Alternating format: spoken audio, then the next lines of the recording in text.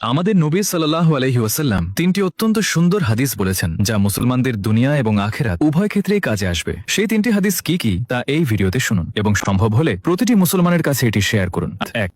যে ব্যক্তি সবসময় উযু অবস্থায় থাকে তার উপর জাদুটোনা বা কালো জাদুর আছর হয় না। ২. যে ব্যক্তি সুদ এবং হারাম ভক্ষণ করে তার দোয়া কবুল হয় না। ৩. শেষ হাদিস, যে ব্যক্তি কোনো হাদিস শোনে এবং তা অন্যের কাছে পৌঁছে দেয় আল্লাহ তাআলা তাকে কিয়ামতের দিন সতেজ ও উজ্জ্বল রাখবেন। ১০ জন গুনাহগার নারী যারা সরাসরি জাহান্নামে যাবে। ১. বেপর্দা নারী। ২. মুখরা বা কটুভাষী নারী। ৩. সব সময় মৃত্যু কামনা করে এমন নারী। ৪. ধর্ম নিয়ে ঠাট্টা বিদ্রুপ করে এমন নারী। ৫. চগলখোর বা পরনিন্দাকারী নারী। ৬. উপকার করে খোঁটা দেয় এমন নারী। ৭. স্বামীর অবাধ্য নারী। ৮.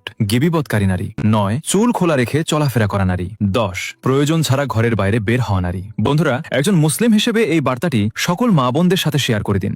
এই ৩ জায়গায় কখনো ভুল করেও বিসমিল্লাহ বলবেন না, জানলে আপনিও অবাক হবেন। তা জানার আগে ভিডিওটা শেয়ার করে দিন। হতে পারে আপনার এই ভিডিও শেয়ার করার কারণে কেউ যদি এটি করা বন্ধ করে দেয় তবে এর সওয়াব আপনি দুনিয়া ও আখিরাত উভয় জায়গায় পাবেন। নাম্বার ১, কারো হক নষ্ট করার সময়। নাম্বার ২, কোনো অপবিত্র বা নোংরা স্থানে বলা, যেমন বাথরুম অথবা মদের মজলিসে। নাম্বার ৩, কোনো ভুল বা অবৈধ ব্যবসা শুরু করার সময় অথবা হারাম কোনো খাবার, হারাম লোকমা খাওয়ার সময়। ভিডিওটি ভালো লাগলে প্রত্যেক মুসলমানের কাছে শেয়ার করে দিন। আর হ্যাঁ, এই ভিডিওটি শেয়ার করতে শয়তান আপনাকে অবশ্যই বাধা দেবে।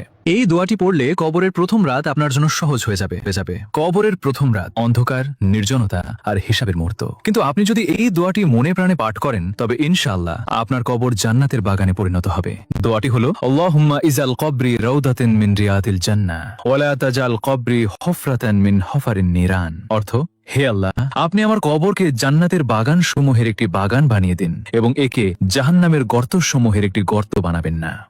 ৫ প্রকার মানুষের কবরে সওয়াল জবাব হবে না। ১. যে ব্যক্তি শহীদ হয়েছে। ২. সিদ্দিক অর্থাৎ সত্যবাদী ব্যক্তি। ৩. শিশু বা ছোট বাচ্চা। ৪. যে ব্যক্তি জুমার দিনে অথবা জুমার রাতে ইন্তেকাল করেছে। ৫. যে ব্যক্তি প্রতিদিন রাতে সূরা মুলক পাঠ করে। আর যে ব্যক্তি এই হাদিসটি শুনে অন্যদের কাছে পৌঁছে দেবে আল্লাহ তাআলা তার চেহারা কিয়ামতের দিন উজ্জ্বল করে দেবেন।